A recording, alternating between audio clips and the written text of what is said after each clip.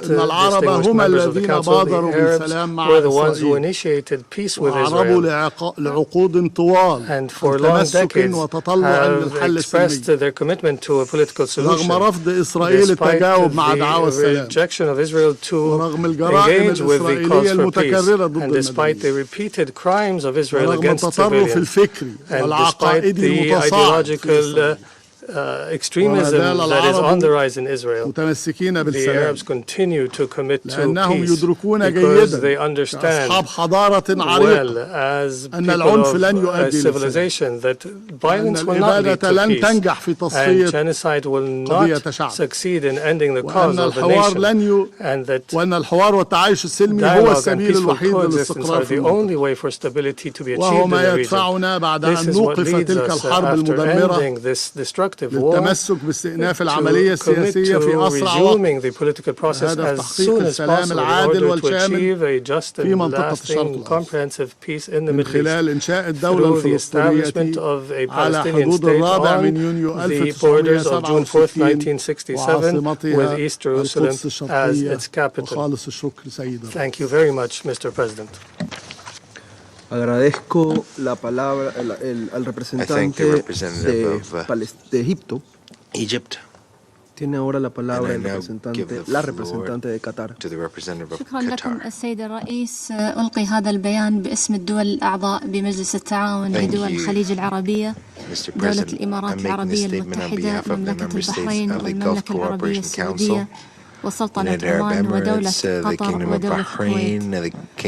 وبداية نشكركم على عقد هذا الاجتماع، كما ونشكر الأمين العام للأمم المتحدة على مشاركته القيمة.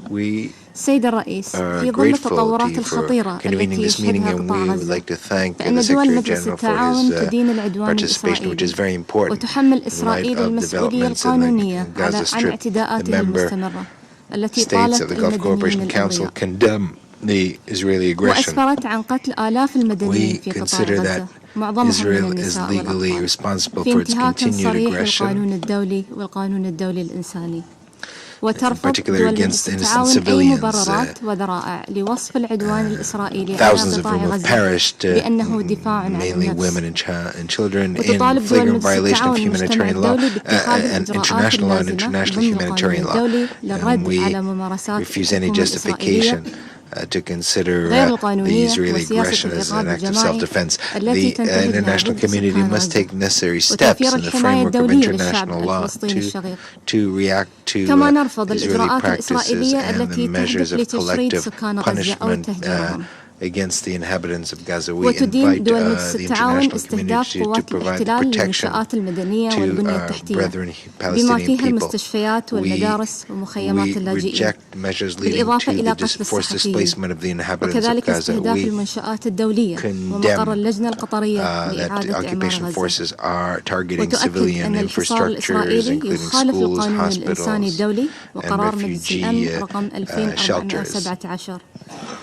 Also, the occupation forces are killing journalists and are targeting international facilities, as well as the headquarters of the Qatari Committee for the Reconstruction of Gaza. The Israeli blockade contravenes international humanitarian law and Resolution 2417, للتوصل إلى الهدنة الإنسانية وتمديدها، التي سمحت بتبادل الأسرى وإيصال المساعدة، وتعرب على الأسف بتوقف الدماء، وتدين توسع الهجمات الإسرائيلية وامتدادها إلى جنوب غزة بما يهدد حياة الملايين من النازحين، وتعرب عن القلق البالغ حيال توقف العديد من الوكالات الأممية والمنظمات الإنسانية عن أنشطتها بسبب نفاذ الموارد ونقص الوقود وغياب الأمن.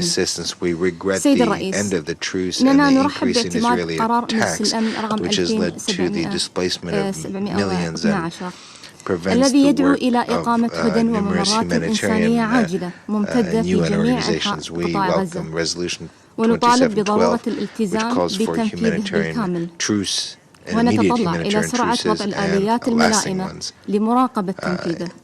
كما نشيد بالخطوة التي اتخذها الأمين العام بتوجيه رسالة إلى مجلس الأمن بموجب المادة 99 من ميثاق الأمم المتحدة، طالب فيها الأمين العام المجلس بإعلان وقف إنساني عاجل لإطلاق النار. وفي هذا الصدد نشدد على أن مسؤولية المجلس بموجب ولايته وفق الميثاق تحتم أن يطالب بوقف إنساني فوري لإطلاق النار، وأن يطالب الأطراف بالامتثال لالتزاماتهم بموجب القانون الدولي بما فيه القانون الإنساني الدولي، لا سيما بخصوص حماية المدنيين. ولذلك فإننا ندعو المجلس إلى أن يعتمد اليوم القرار المقدم من قبل دولة الإمارات العربية المتحدة باسم المجموعة العربية. وبالإضافة إلى ذلك تطالب دول مجلس التعاون بالوقف الفوري لإطلاق النار وضمان توفير وصول المساعدات الإنسانية والإغاثية والاحتياجات الأساسية الكافية دون عوائق إلى محتاجيها في جميع أنحاء قطاع غزة واتخاذ الخطوات الكفيلة بتسريع إدخال المساعدات بشكل مباشر إضافة إلى استئناف إمدادات الكهرباء والمياه والسماح بدخول الوقود والغذاء والدواء. سيد الرئيس، لقد سارعت دول مجلس التعاون إلى تقديم المساعدات الإنسانية الإغاثية للأشقاء في غزة إضافة إلى الدعم المالي المستمر لتلبية الاحتياجات الإنسانية ودعم أنشطة الأمم المتحدة وخاصة وكالة الأونروا التي ازدادت احتياجاتها في ظل الدور المحوري الذي تؤديه خاصة في ضوء الاعتداءات الإسرائيلية على منشآتها وموظفيها.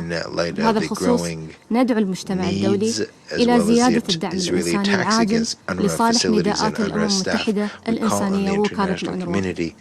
سيد الرئيس، تؤكد دول مجلس التعاون على مواقفها الثابتة من مركزية القضية الفلسطينية وإنهاء الاحتلال الإسرائيلي ودعمه لسيادة الشعب الفلسطيني على جميع الأراضي الفلسطينية المحتلة منذ يونيو عام 1967 وتأسيس الدولة الفلسطينية المستقلة وعاصمتها القدس الشرقية وضمان حقوق اللاجئين وفق مبادرة السلام العربية وقرارات الشرعية الدولية مؤكدة على ضرورة مضاعفة جهود المجتمع الدولي لحل الصراع بما يلبي جميع الحقوق المشروعة للشعب الفلسطيني الشقيق وفق تلك الأسس. في هذا الإطار تدعم دول مجلس التعاون مبادرة المملكة العربية السعودية والاتحاد الأوروبي وجامعة الدول العربية لإحياء عملية السلام في الشرق الأوسط بالتعاون مع جمهورية مصر العربية والمملكة الأردنية الهاشمية.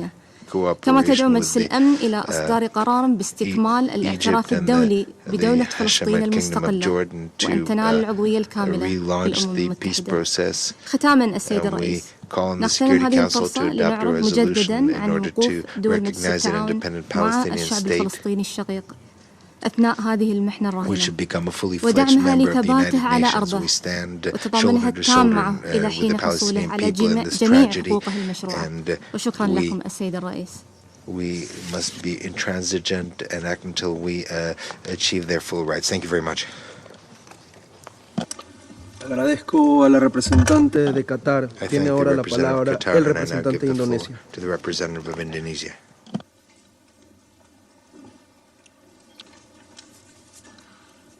Thank you, Mr. President. I am speaking on behalf of Bangladesh, Malaysia, Maldives, Namibia, Timor-Leste, Turkey, and my own country, Indonesia. Mr. President, in one autumn season, the world stood by and watched over 16,000 people killed in Gaza, whole families and generations wiped out, including more than 6,000 children. The latest words to describe the situation faced by innocent women and children in Gaza is apocalyptic conditions. Saying this has taken a toll in our collective conscience is an understatement. If we fail to act, history will judge us as accomplices to crimes against humanity. When the world vowed never again over 75 years ago, it was not meant only for certain race, nor for certain religious group. It was to protect everyone in this world. It was to save humanity. Mr. President, we fully support the Secretary General's recent letter to the member of this Council calling for a humanitarian ceasefire. In this very Council, on the 24th of October open debate, we underline that an immediate ceasefire is vital to end atrocities and the deteriorating humanitarian situation. This is the least that the Council should do if we truly want to uphold human rights and humanity. And this is why we are proud to co-sponsor the draft resolution on humanitarian ceasefire. We call on the Council to adopt this declaration today. In this regard, allow me to state 3 points.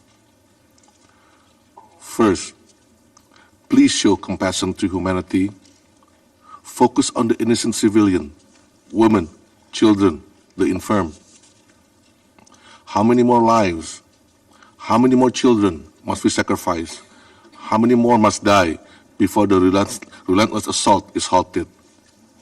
20,000, 50,000, 100,000? Listen to the collective plea of the global community. Stop the attack on women and children in Gaza. Let adequate humanitarian assistance into all parts of Gaza. Second, the threat of spillover of the conflict may not just be regional, but global. The situation in Gaza is being broadcast 24/7, uncensored, through social media and electronic channels. The world watches in horror as women and children become innocent casualties in this devastating conflict. We cannot afford to let radical elements take up arms in different parts of the world, or even radicalize the moderates. Lastly, let us reaffirm our commitment to uphold international law and international humanitarian law in its entirety. There must be no double standard in upholding international law and international humanitarian law, in upholding accountability. It should be applied equally to all countries, no matter big or small. There must be no double standards on humanity. For these reasons, we appeal to members of the Council, do the right thing. Stop these inhumane acts against the Palestinians. Listen to your conscience. Let us choose peace over conflict, compassion over cruelty, and unity over division. Let us work to bring peace to Palestine and Israel. Let us address the root cause and make the two-state solution a reality. Thank you, Mr. President. Agradezco al representante de Indonesia por su declaración. Doy ahora la palabra a la excelentísima señora Hedda Samson, encargada de negocios interina de la delegación de la Unión Europea ante las Naciones Unidas. Thank you, Mr. President. The EU supports the UN Secretary-General's call for the UN Security Council to act to avert the humanitarian catastrophe in Gaza and the collapse of the humanitarian system. Urgent action is needed to ensure the protection of all civilians. The EU deplores the high number of civilian casualties killed, the majority of which are women and children. We commend the strong efforts of the UN and all humanitarian actors to deliver life-saving aid in extremely dire conditions. We deplore the death of a record number of UN staff members and other humanitarian workers who have paid the ultimate price. Full respect of international law and international humanitarian law by all sides is of paramount importance. We urge all sides to respect these principles and note that there must be accountability for violations of international law. The EU calls for the urgent implementation of UN Security Council Resolution 2712 and supports its call for urgent and extended humanitarian pauses and corridors throughout the Gaza Strip for a sufficient number of days to enable, consistent with international humanitarian law, full, rapid, safe and unhindered humanitarian access. The civilian population is in desperate need of more food, water, fuel, electricity and medical care, as well as safe shelter. We regret that since the end of the humanitarian pause, the entry of humanitarian aid has declined from already insufficient levels. Access to these necessities must be urgently restored at sufficient levels to address the very high level of need. And we call for establishing additional routes to bring in life-saving aid to Gaza. The EU stands ready to continue its support, while it has already increased its humanitarian aid to more than 100 million euros. The EU and its member states will continue to work closely with international partners, the UN and other agencies, as well as countries in the region. Mr. President, there is no justification for terror. The European Union has condemned in the strongest possible terms Hamas' brutal and indiscriminate terrorist attacks across Israel. Israel has the right to defend itself, in line with international law and international humanitarian law. All hostages must be immediately released and ICRC must be granted access to them and allowed to bring them required medical support. The EU continues efforts with its partners to prevent regional escalation, and we continue to engage with Israel, the Palestinian Authority, as well as other regional and international partners to this end. We call on regional actors to refrain from any action that can further aggravate the situation. The Palestinian Authority must be supported by all members of the international community, and it must be reinvigorated to ultimately return to govern Gaza as the legitimate Palestinian governance body in charge of the whole occupied Palestinian territory. Democratic Palestinian institutions based on respect for the rule of law and human rights are vital for the Palestinian people. The EU deplores the increased extremist settler violence in the West Bank and recalls that Israel has the duty to protect civilians in the West Bank, to hold perpetrators accountable and ensure that the IDF intervenes.